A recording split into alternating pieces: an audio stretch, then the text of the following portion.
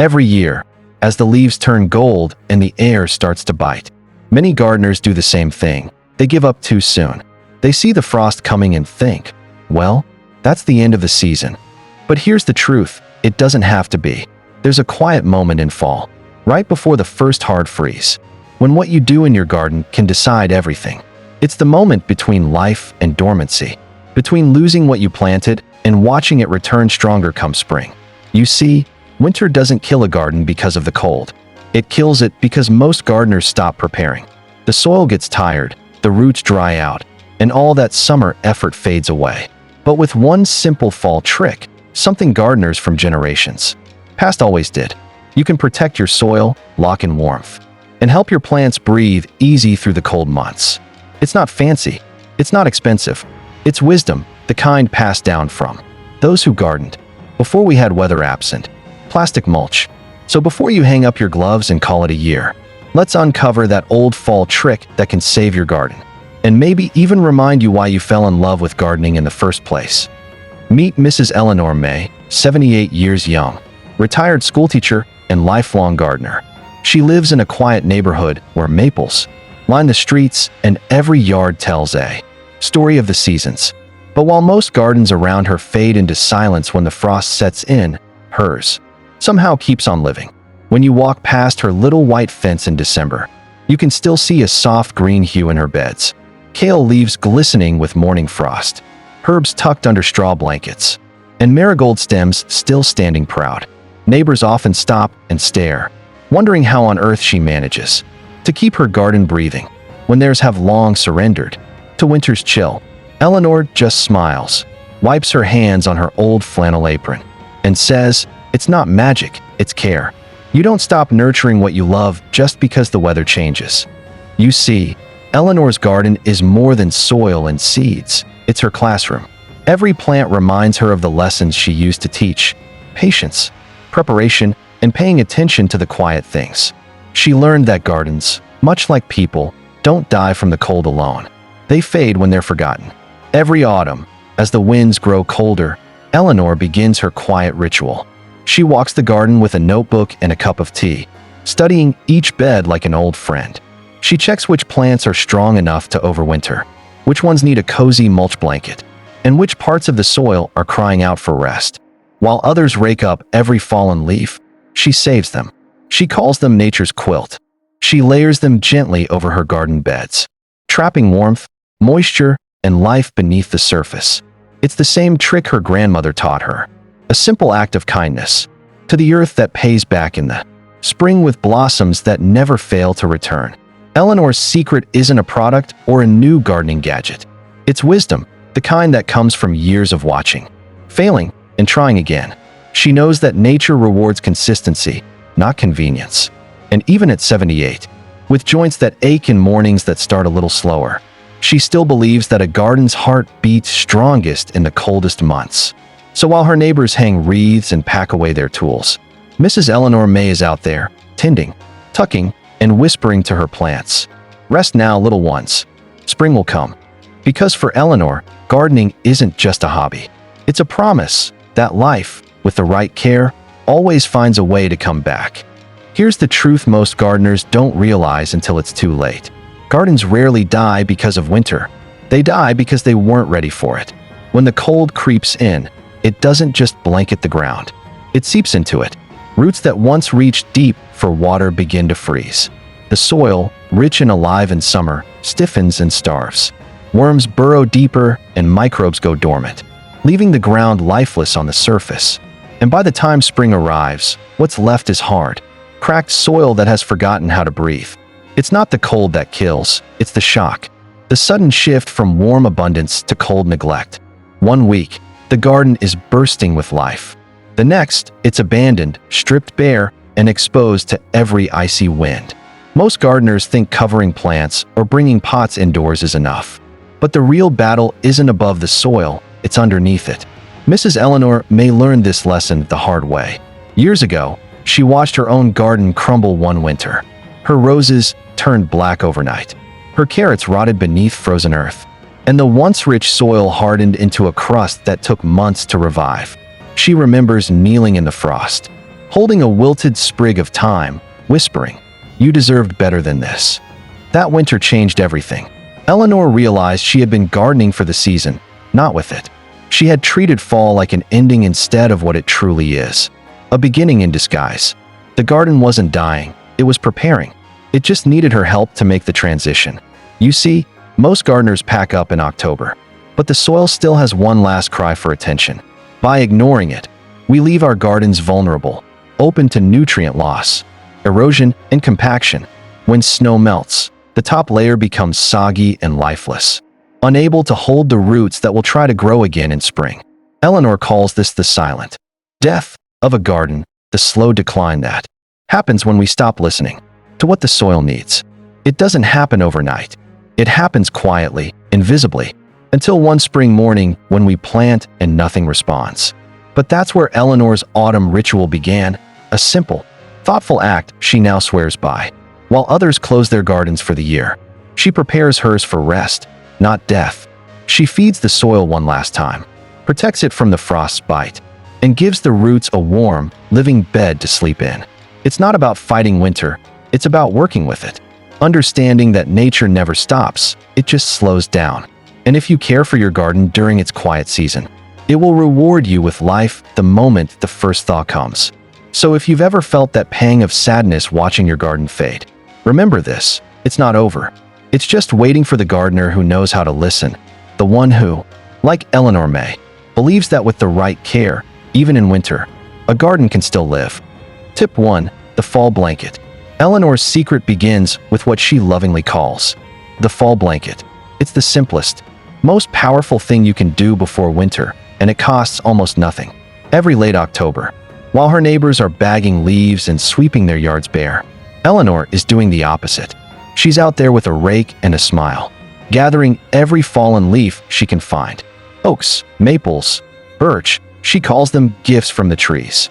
To her, those leaves aren't waste, they're warmth. Once her garden beds are cleared of weeds, she spreads the leaves in thick layers, sometimes mixed with straw, shredded newspaper, or even bits of cardboard.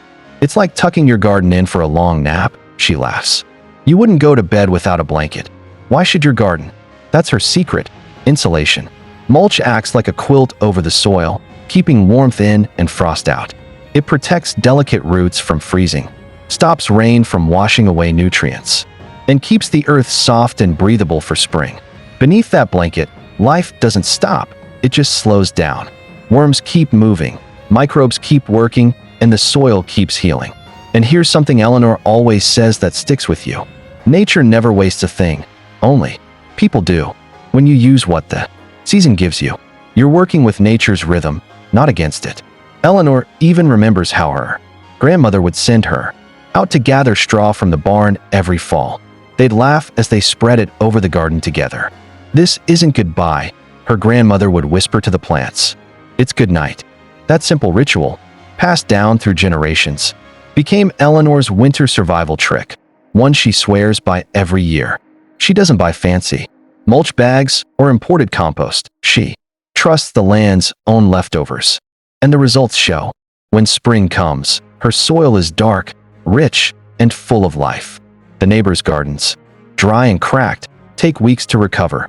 But Eleanor's wakes up ready, as if it had been dreaming of spring all along. So if you've ever felt that pang of sadness watching your garden fade in fall, take a page from Eleanor May's book. Before the freeze hits, give your soil a blanket. Use what you have: leaves, straw, shredded paper, even pine needles. Nature doesn't mind a little creativity. Then, when the frost melts and the robins return, you'll see something magical.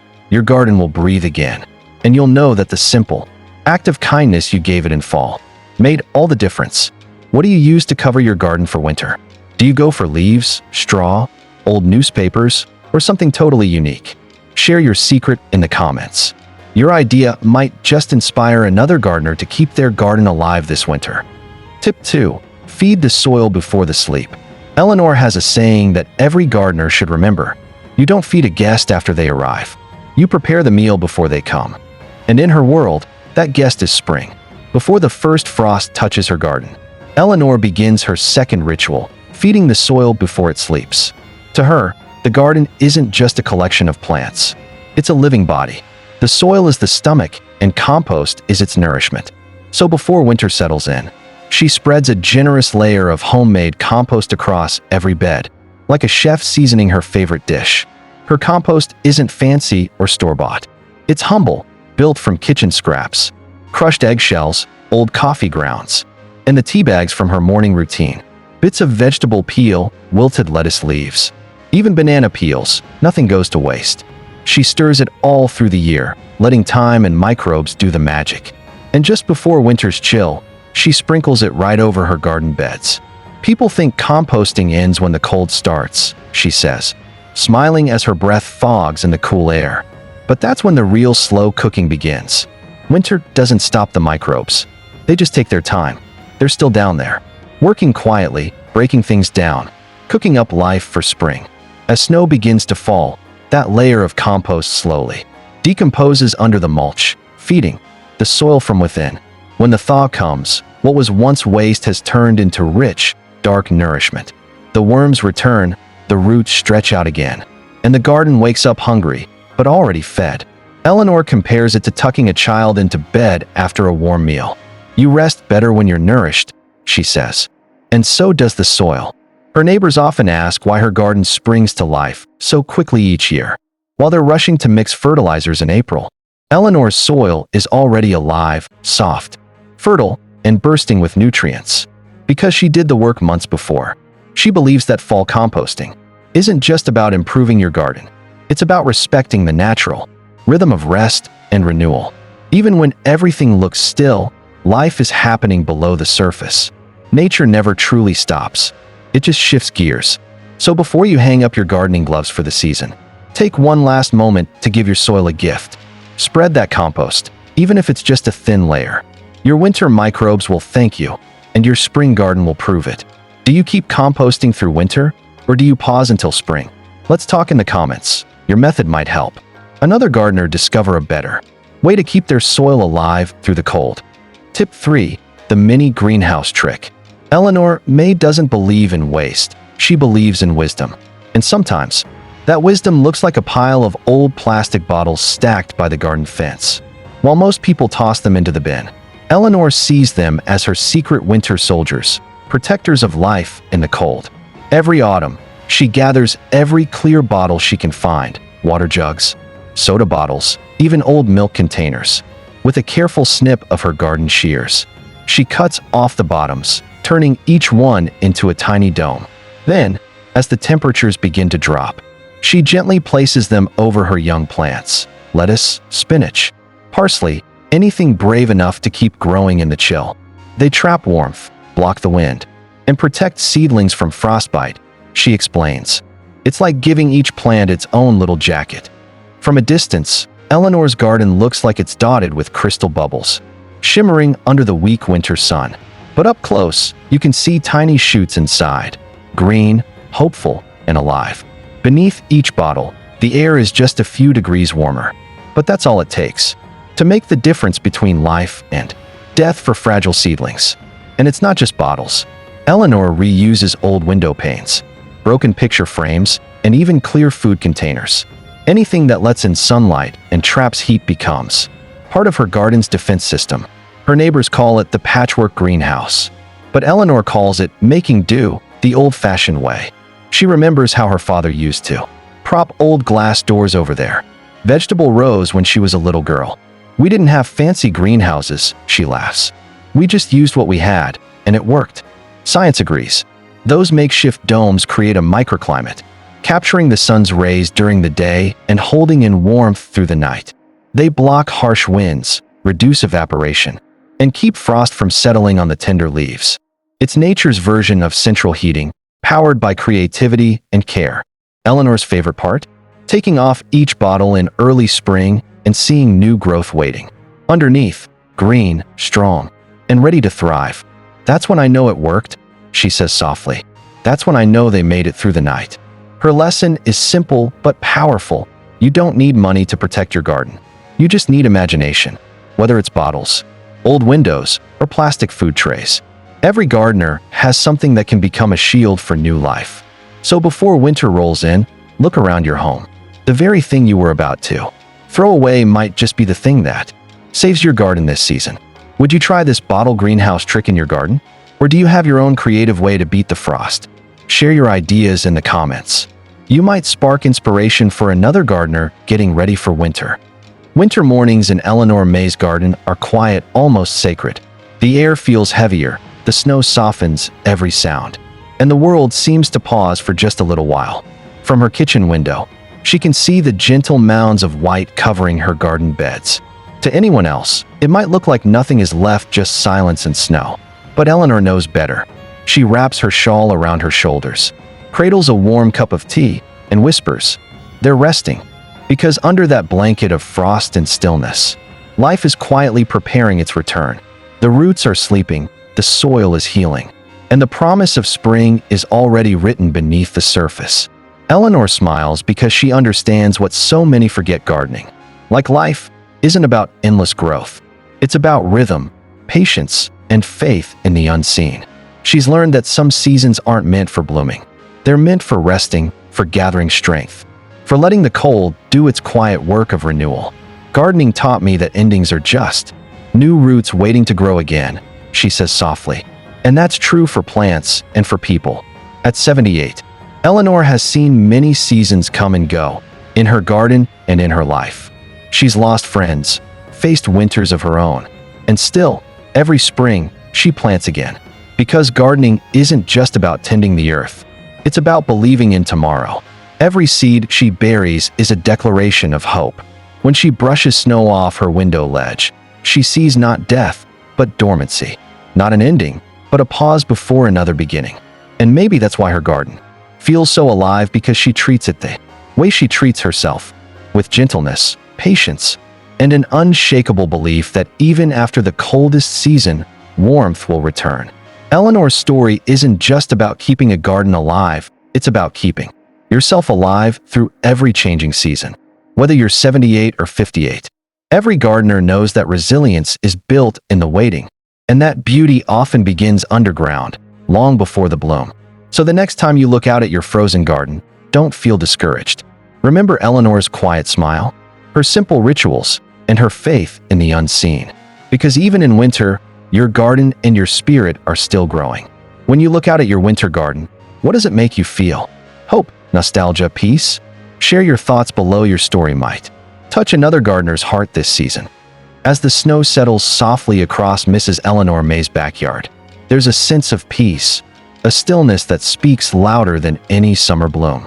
Her garden sleeps beneath its blanket of leaves and mulch, resting, gathering strength for what's to come. And she smiles, knowing that come spring, every seed she cared for will rise again, stronger, greener, and grateful for the love that carried it through the cold. Eleanor's story reminds us that gardening is more than just soil and seeds. It's a mirror of life itself. Seasons change, the air cools, time slows, but growth never truly stops. It just shifts beneath the surface, waiting for the right warmth to bloom again. So if this story warmed your heart, if it reminded you of your own garden, or even of someone you love who refuses to give up on what they've planted, give this video a thumbs up. Share it with a friend who loves to grow, who finds peace in the dirt and joy in the small green things that break through the frost. Maybe it's a neighbor who tends to their flowers with quiet pride, or a family member who still believes that a single seed can change everything. Pass on Eleanor's wisdom, because good lessons, like good gardens, deserve to be shared. And if you're new here, welcome to the Evergreen Seniors. This is a place where age is not a limit, but a legacy, where we honor the hands that have planted, nurtured, and fed generations. Here, we believe every season has a second chance to bloom, in your garden and in your heart. Every week, we share stories, tips, and timeless wisdom from those who've learned that life doesn't slow down with age, it simply grows deeper roots. So hit that subscribe button and ring the little bell, because we've got more stories just like Eleanor's, full of warmth, wisdom, and the gentle reminder that hope grows best in the hands that never stop caring. As Eleanor often says, a good gardener never stops growing, they just grow differently. So take a breath, look at your garden, or maybe your life, and remember, the frost doesn't mean the end. It's just a pause before the next beginning. Until next time, keep your soil warm, your heart open, and your faith rooted in the promise that every seed and every season still matters. What's one piece of gardening wisdom you've learned through the years? Share it in the comments. Your words might just be the seed someone else needs to start again.